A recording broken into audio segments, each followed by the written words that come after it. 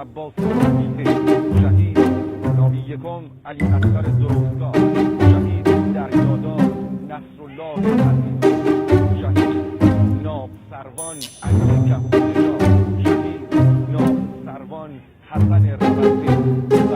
شهید دریادار محمد ابراهیم تحیور، شهید ناب سروان حمید قهرمانی و 10 شهید و 100 شهید